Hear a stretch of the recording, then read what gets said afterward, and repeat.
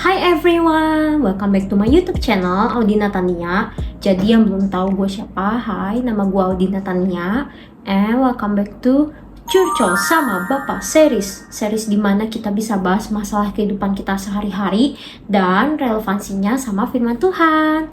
Oke, now let's get started. Nah, jadi di episode kali ini gue bakal bahas sesuatu yang mungkin teman-teman lagi relate juga ya, yaitu masa menunggu. And yes, masih lanjutan dari minggu lalu, tapi ini tuh lebih ke masa menunggunya kita what should we do di masa menunggu ini gitu. Khususnya dalam menjawab panggilan Tuhan dan tetap setia mengerjakan panggilan Tuhan. Cek. Oke, mic ya baru nyala ternyata. So, minggu ini tuh kata panggilan hidup tuh terus-terusan pop up di pikiranku. Nah, kebetulan minggu ini tuh aku sedang mengikuti program yang dimana aku itu disuruh bikin blueprint hidupku, visi misi ke depanku, kemudian hari-hariku 5 tahun lagi, bahkan di depan sana itu bagaimana gitu. Harus benar-benar sedetil itu gitu. Jadi program ini tuh about our calling lah ya.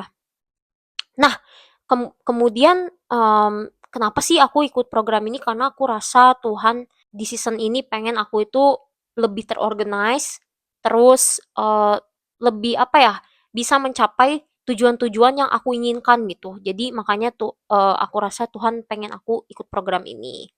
And then di minggu yang sama, aku itu membaca sebuah renungan, di mana renungan itu membahas seorang tokoh penting, yaitu Ezra. Nah, dia itu contoh yang bagus banget untuk kita di masa menunggu, gimana dia itu tetap setia mengerjakan bagiannya di masa menunggunya dia, sampai akhirnya Tuhan ngasih breakthrough ke hidup dia, bahkan ke orang Israel. Nah, yang belum tahu Ezra itu siapa, gue jelasin ya. Jadi Ezra itu adalah seorang imam dan ahli Taurat. Nah, dia itu hidupnya pada zaman itu orang Israel lagi dibuang ke Babel. Nah, Ezra dan orang Israel itu memiliki kerinduan untuk kembali ke tanah airnya gitu, karena mereka hidupnya jauh banget dari tanah airnya itu. Nah, kemudian Ezra itu dan bangsa Israel menunggu bertahun-tahun dan bahkan sampai puluhan tahun untuk bisa kembali ke tanah air mereka. Tapi yang aku kagum banget sama tokoh ini yaitu Ezra itu meskipun menunggu dia itu nggak buang-buang waktu.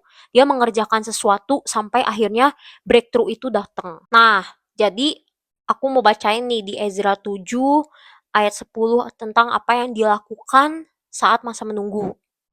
Yaitu nih ya, Ezra 7 ayat 10. Sebab Ezra telah bertekad untuk meneliti Taurat Tuhan dan melakukannya, serta mengajar ketetapan dan peraturan di antara orang Israel. Nah, jadi selama Ezra dalam masa menunggu ini, dia itu yang pertama mempersiapkan diri dengan sungguh-sungguh. Dia belajar firman Tuhan, dia hidupin firman itu, dan dia juga mengajarkannya ke sesamanya gitu. Terus yang kedua, dia itu nggak goyah gitu, meskipun dia menunggu di waktu yang cukup lama. Gak ada catatan di kitab Ezra ini, di mana Ezra itu tulisannya dia meninggalkan Tuhan. Dia tetap setia gitu sama Tuhan, dan tetap setia mengerjakan panggilannya.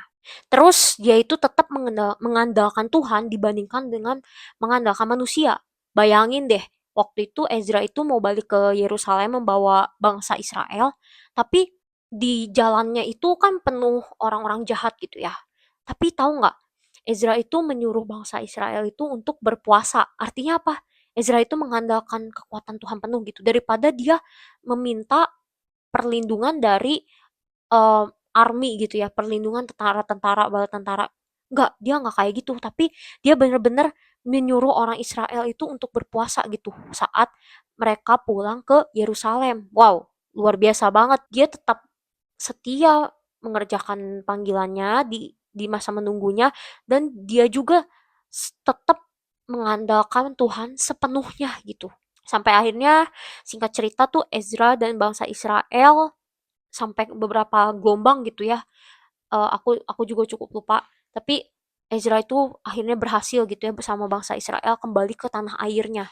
Nah, hasilnya Ezra itu tidak hanya berhasil untuk memimpin bangsa Israel keluar dari tanah Babel, tapi dia juga berhasil untuk memulihkan kerohanian bangsa Israel gitu. Kayak Ezra itu melarang kawin campur, terus banyak hal yang bangsa Israel udah lakukan itu jahat di mata Tuhan, tapi Ezra itu me-preach bangsa Israel supaya yuk balik lagi ke Tuhan gitu. Dan di situ terjadi terobosan rohani yang besar-besaran gitu oleh karena sosok Ezra ini gitu. Nah, apa sih yang aku pelajari dari tokoh Ezra ini?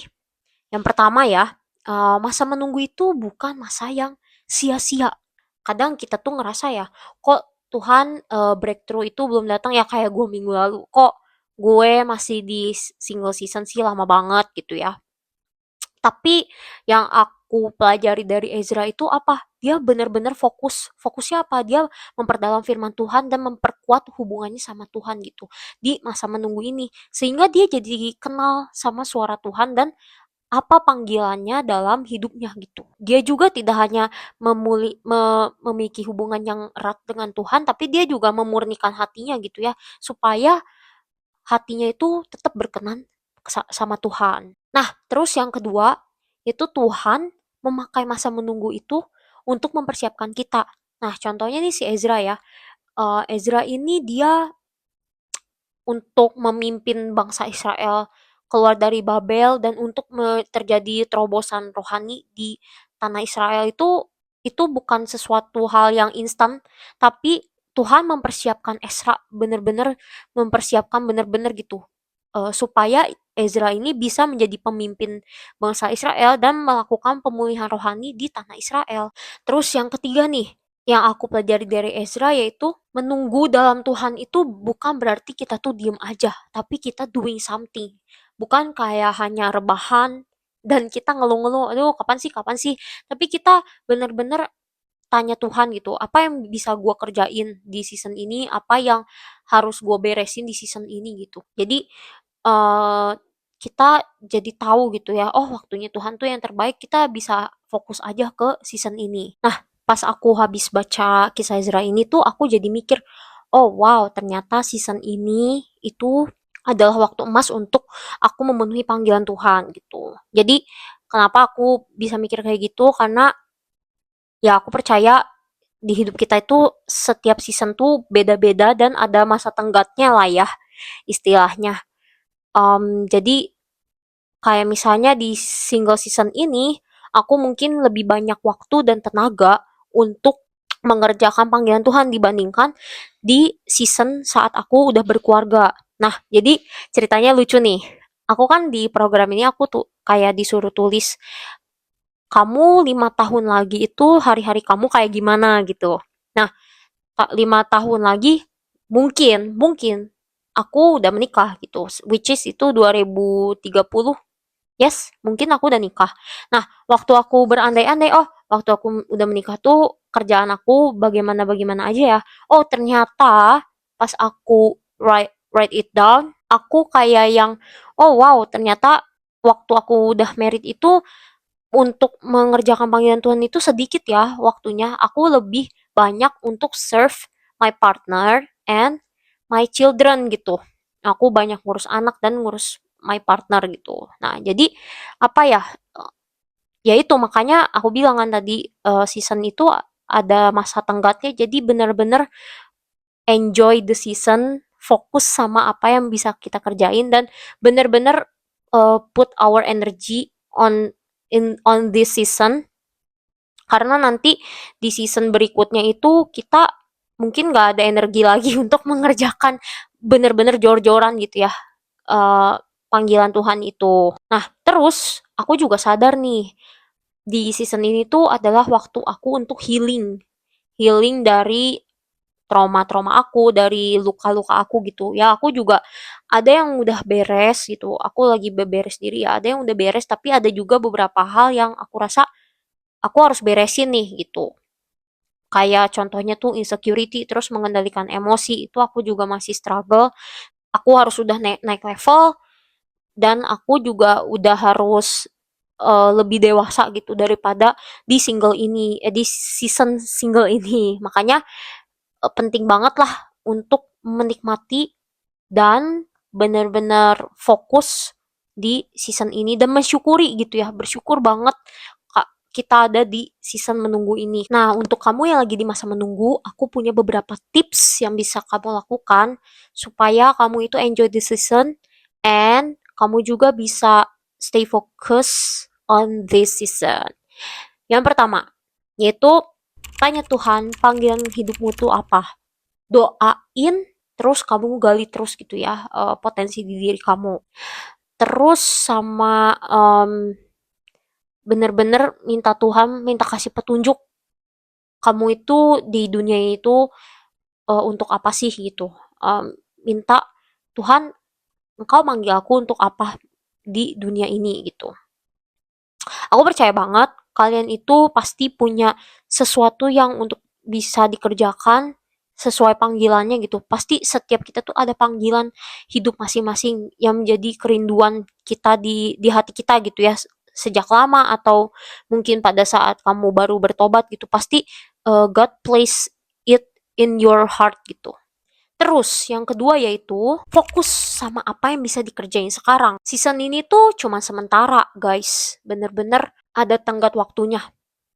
Jadi selama kalian masih punya waktu, selama kalian masih punya kebebasan, selama kalian masih punya tenaga, bener-bener kerjain itu dengan sungguh-sungguh gitu di season menunggu ini. Terus yang ketiga yaitu siapkan mental, spiritual, dan karakter kita. Bener-bener minta tolong Tuhan, tanya Tuhan, Tuhan apa sih yang perlu aku perbaiki gitu di hidupku ini? Apa yang menjadi nanti kalau misalnya aku masih simpan nih di hidupku, nanti malah gak jadi berkat buat orang lain atau nanti buat pasangan kamu atau buat anak kamu atau buat siapapun gitu ya. Benar-benar tanyain ke Tuhan apa sih yang benar-benar harus diubah dan harus dimatikan gitu ya di dalam diri kamu. Karena untuk mengalami breakthrough, untuk mengalami uh, untuk naik ke level berikutnya itu pasti ada yang harus ditinggalin gitu. Beban-beban hidup kita, beban-beban di diri kita tuh harus ditinggalin. Oke, terima kasih udah dengerin episode Curcol sama Bapak kali ini. Kalau misalnya kalian ngerasa terberkati, jangan lupa kasih tombol like. Kalau misalnya kalian ngerasa episode kali ini bisa jadi berkat nih buat teman-teman kalian, jangan lupa klik tombol share. Dan kalau misalnya kalian ada topik yang mau dibahas di Curcol sama Bapak, jangan lupa tulis di kolom komentar. Dan kalian jangan lupa nih untuk subscribe channel ini supaya kalian tuh nggak ketinggalan nih episode-episode selanjutnya di Curcol sama Bapak. Oke, now bye-bye. See you next week.